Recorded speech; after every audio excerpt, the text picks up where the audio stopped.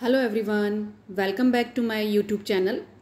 Today we will start one new topic in English which is active and passive voice. So let's start with active voice and passive voice. Active and passive voice. अब ये example है एक I eat mango, है ना, ये है active voice में. इसी को मैंने लिखा है पैसिव वॉइस में मैंगो इज ईटन बाय मी. दोनों का सेंस सेम है, मीनिंग सेम है. मैं मैंगो खाता हूँ और मैंगो मेरे द्वारा खाया जाता है ना.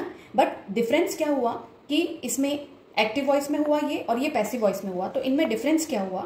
डिफरेंस ये हुआ कि एक्टिव वॉइस में अगर सेंटेंस होगा तो subject is the doer of the action. इसमें जो भी काम हो रहा है उसका डूअर यानी करने वाला कौन होगा? सब्जेक्ट होगा. और पैसिव वॉइस में जो सब्जेक्ट है वो रिसीवर ऑफ द एक्शन, वो उसका रिसीवर होगा. मतलब जैसे मैंगो इज ईटन बाय मी, मेरे द्वारा खाया जा रहा है ना.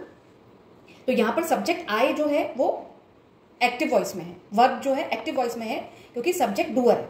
और यहाँ पे जो वर्ब है वो पैसिव वॉइस में है because subject is the receiver of the action. Okay, ये हुई एक्टिव पैसिव की बात. अब एक्टिव एंड पैसिव वॉइस में कुछ रूल्स होते हैं जिनको याद करके, जैसे हम टेंस में फॉर्मेट था हमारा, उसी तरीके से इसमें भी फॉर्मेट होते हैं. तो टेंस वाइज आपको एक्टिव से पैसिव में सेंटेंस चेंज करना है. तो इसके लिए फर्स्ट है सिंपल प्रेजेंट टेंस. मीन्स अगर सेंटेंस आपका सिंपल प्रेजेंट टेंस में है तो आप उसको एक्टिव से पैसिव में कैसे कन्वर्ट करोगे? तो उसके लिए रूल ये है, पैसिव में कन्वर्ट करने के लिए ऑब्जेक्ट प्लस इज और are plus third form of the verb plus by plus subject. Means आपका जो सिंपल प्रेजेंट टेंस में सेंटेंस है उसमें जो सब्जेक्ट है ना, वो लास्ट में आएगा और जो ऑब्जेक्ट है वो आपका इसमें सब्जेक्ट बन जाएगा पैसिव वॉइस में, है ना. ऑब्जेक्ट, उसके बाद इज और are according to subject, then third form of the verb. Passive voice में हमेशा थर्ड फॉर्म आती है, तो इसलिए आपको यहाँ पे भी वर्ब के फॉर्म्स याद होना जरूरी है. ओके, यहाँ भी वर्ब की फॉर्म्स का यूज है. तो टेंस में भी, एक्टिव वॉइस पैसिव वॉइस में भी, डायरेक्ट इनडायरेक्ट भी आते हैं, उनमें भी वर्ब का इंपॉर्टेंट रोल है. ओके, देन इसमें लगाते हैं बाय और फिर सब्जेक्ट हो जाता है. तो अब जैसे एग्जाम्पल से इसको समझते हैं. जैसे एक सेंटेंस है सिंपल प्रेजेंट टेंस में, ही मेक्स पॉट्स.